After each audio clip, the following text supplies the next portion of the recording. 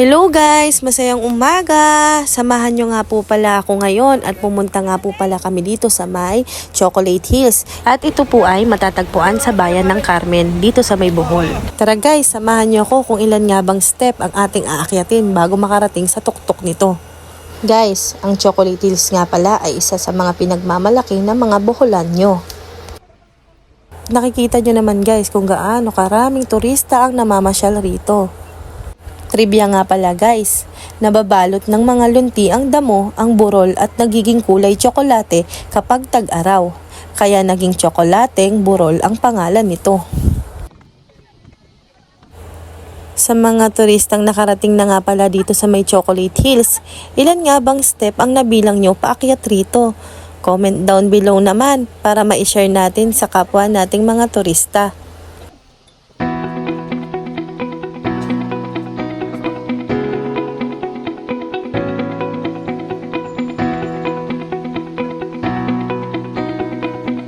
Sa totoo lang guys, nakakaramdam na ako dito ng konting takot kasi hindi ako sanay sa matataas na lugar.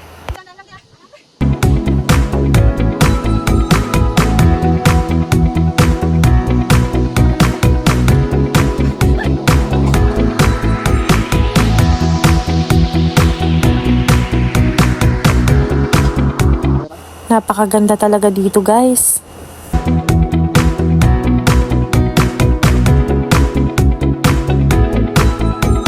Yehey! Sa wakas at nakyatin natin ang tuktok ng hagdanang ito. Ilan nga bang step guys ang inyong nabilang sa pag-akyat natin dito? Guys, wag nyo nga po palang kalimutan. Magdala kayo ng tubig para po pag-akyat dito ay hindi kayo mahuhaw.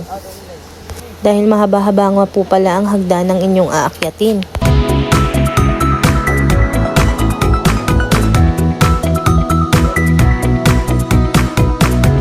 At para naman sa mga turistang nakalimot magbaon ng tubig, may mga bibilhan naman pala dito guys ng mga pagkain at inumin.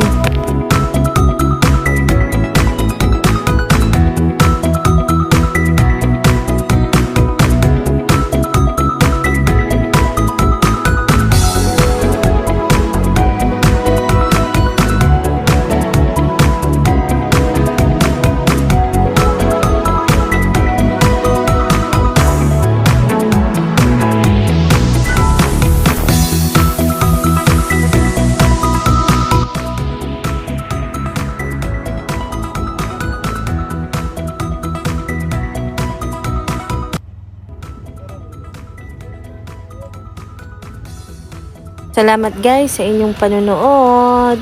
Bye bye Chocolate Hills. Bye guys!